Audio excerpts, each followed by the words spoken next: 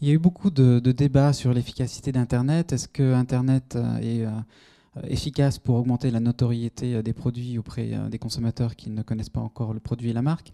Ou est-ce que vraiment Internet est efficace pour entretenir et engager la relation? Et si Internet pouvait faire les deux?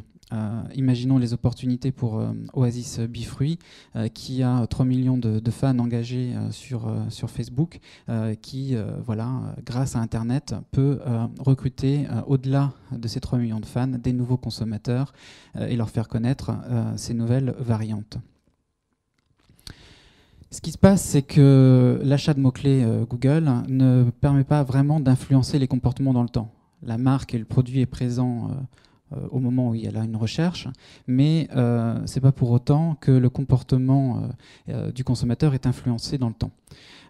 C'est pour ça que Au Féminin a développé un nouveau produit qui s'appelle Brand Your Search, qui propose des contenus éditoriaux à la suite d'une recherche Google pour voilà, communiquer sur les produits et la marque dans ce contexte d'exposition particulier.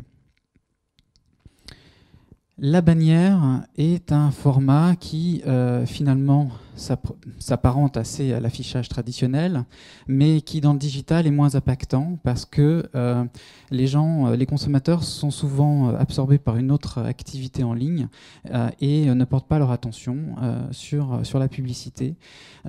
Et une étude Ipsos sur LiveTest a montré que seulement 30% des consommateurs exposés se souvenaient d'avoir vu une création. La vidéo, par contre, est un format qui peut être efficace pour une marque quand elle est vue. On a un taux de mémorisation qui monte jusqu'à 55%, ce qui est bien meilleur qu'une bannière. Ça, c'est lorsque la vidéo se présente en pré-roll, par exemple sur YouTube. Et on a montré aussi, par exemple Ipsos avec Yahoo, qu'une vidéo pouvait communiquer efficacement un message. C'est par exemple Human Curling pour Bic, qui a été élu meilleure vidéo dans le palmarès 2012 d'Ipsos. La publicité sur les réseaux sociaux, alors là c'est le summum, elle a l'air d'être vraiment efficace.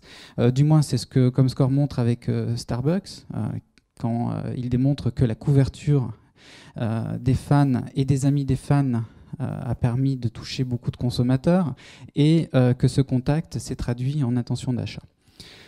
Et l'événement de cette année, c'est quand même General Motors qui revient sur Facebook avec une publicité sur mobile pour Chevy après avoir annoncé son départ à grand fracas au moment de la mise en bourse de Facebook. Il faut dire que là, Internet rentre dans une nouvelle phase grâce au real-time bidding et au ad server.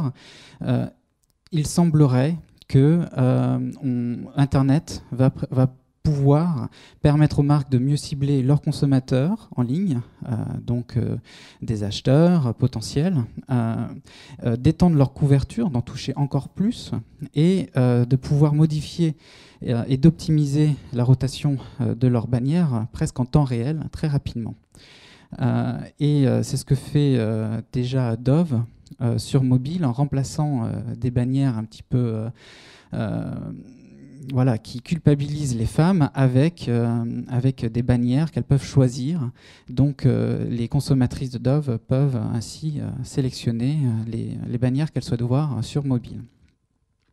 Donc en conclusion, Internet, ce qui va pouvoir peut-être arriver dans les années qui viennent, c'est que Internet va pouvoir peut-être permettre aux marques de contacter plus de consommateurs, d'établir le contact et de transformer ces contacts en contacts utiles, donc en consommateurs qui portent leur attention à la pub, mémorisent, mais aussi des fois vont jusqu'à acheter.